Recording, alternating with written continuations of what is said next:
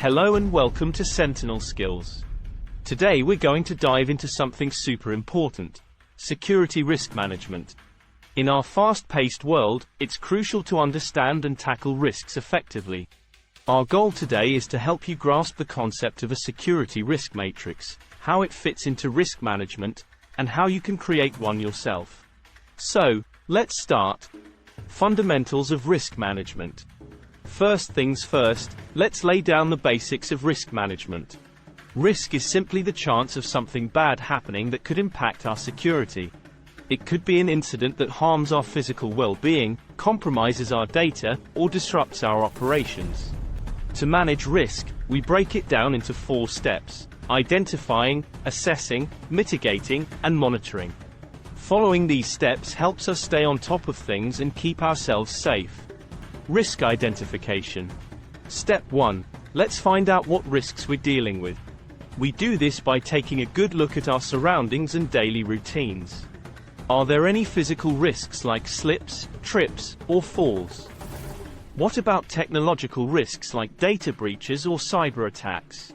Or human-related risks like social engineering or unauthorized access? By categorizing these risks, we can tackle them one by one and not feel overwhelmed. Risk assessment. Next up, step 2. We assess how likely these risks are to happen and how bad the impact could be. Now, there are different ways to do this.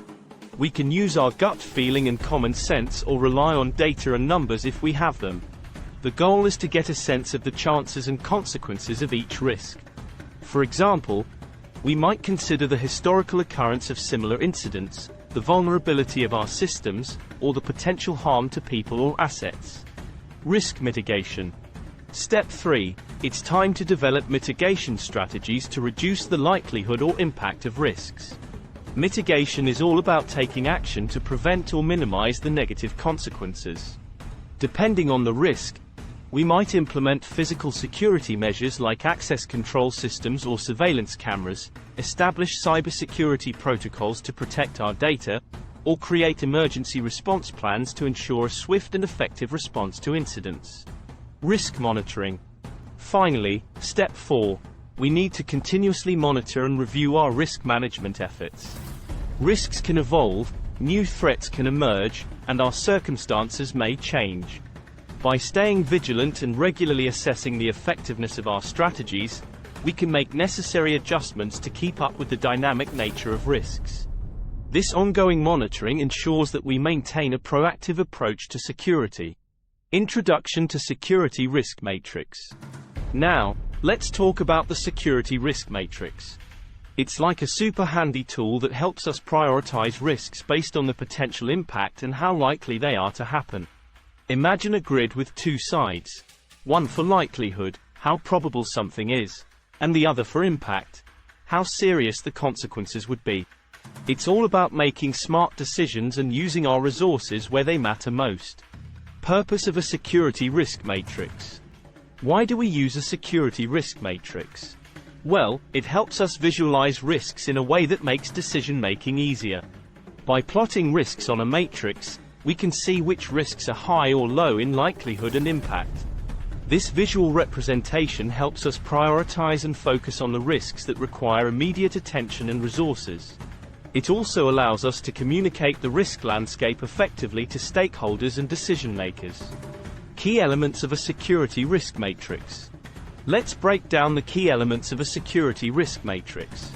We have the likelihood axis, ranging from low to high, indicating the probability of a risk occurring.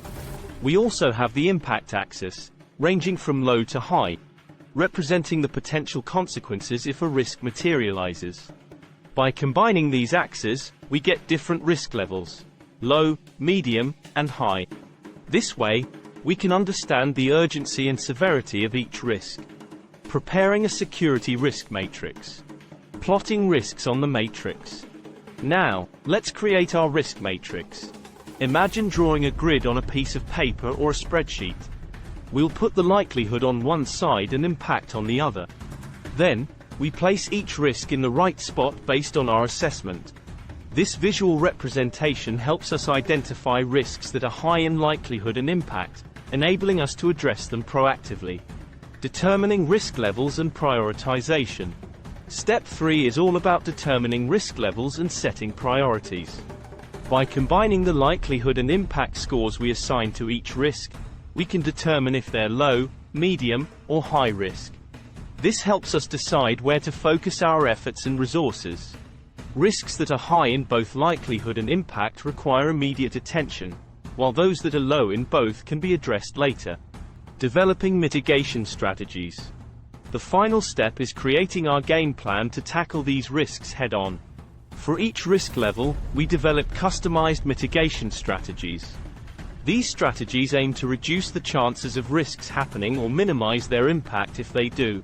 For example, if we have identified a high-risk scenario, we might allocate resources to implement robust security measures, such as access controls, encryption, or training programs.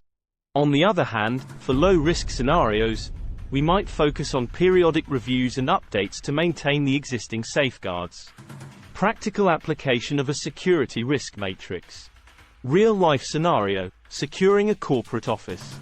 Now, let's put all this knowledge into action with a practical example. Let's say we want to secure our corporate office.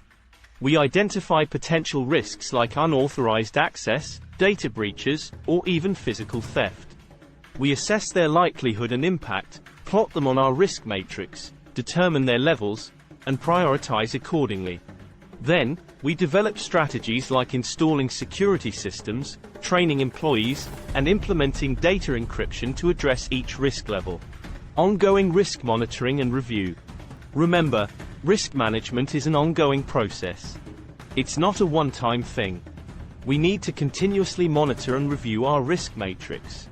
As new risks emerge or circumstances change, we update our matrix and adjust our strategies accordingly.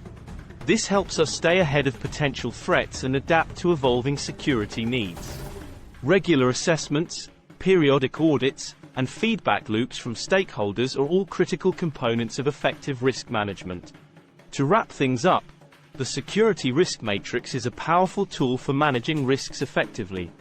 By using it in our daily routines, we can prioritize our efforts, allocate resources wisely, and keep ourselves and our surroundings safe. Remember, risk management is a collective effort that requires ongoing vigilance and a proactive mindset. Stay alert, stay safe, and keep prioritizing security in our everyday lives. Please like, share and subscribe the channel. Thank you for watching.